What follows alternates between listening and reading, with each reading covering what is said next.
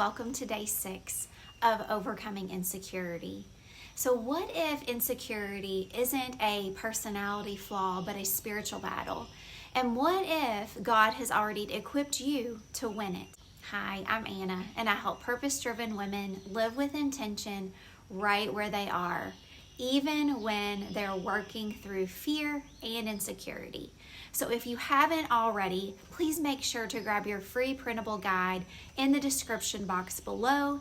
It's a very simple way to go deeper with today's truth and to apply it to your real life. So if you've ever just struggled with not feeling good enough, if you feel unseen or unqualified, this is for you. So today we are uncovering what God says about who you really are and how to walk in that confidence daily. First of all, security starts when you anchor your hope in God.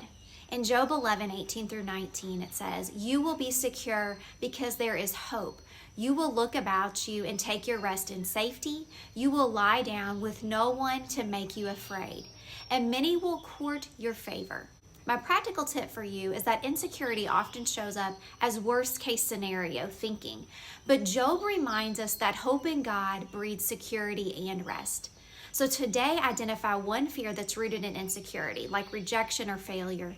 Write down a hopeful truth from Scripture next to it and speak that hope out loud. Let your faith interrupt your fear. You need to know that your identity is set by God, not your circumstances.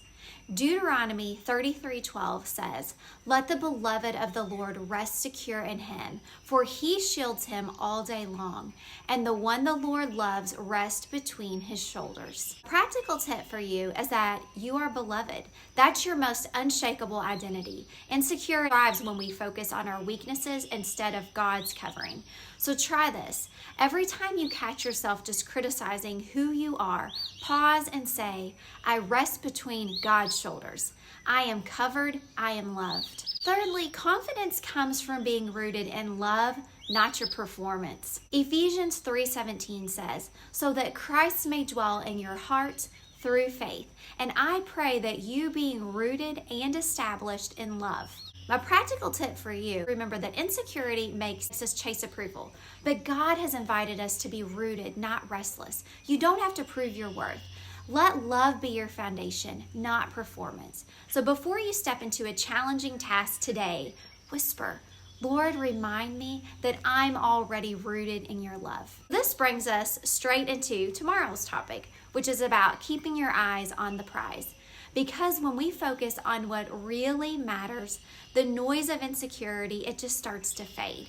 And we'll talk about how to stay focused on God's purpose, even when distractions and doubt try to pull you away. Well, thanks so much for joining me today. And I'd love to know in the comments, what's one truth that you're going to hold on to today to fight insecurity? So don't forget to like this video if it encouraged you. Share it with a friend who maybe needs this truth. And then don't forget to download your free printable to walk through this with God each day.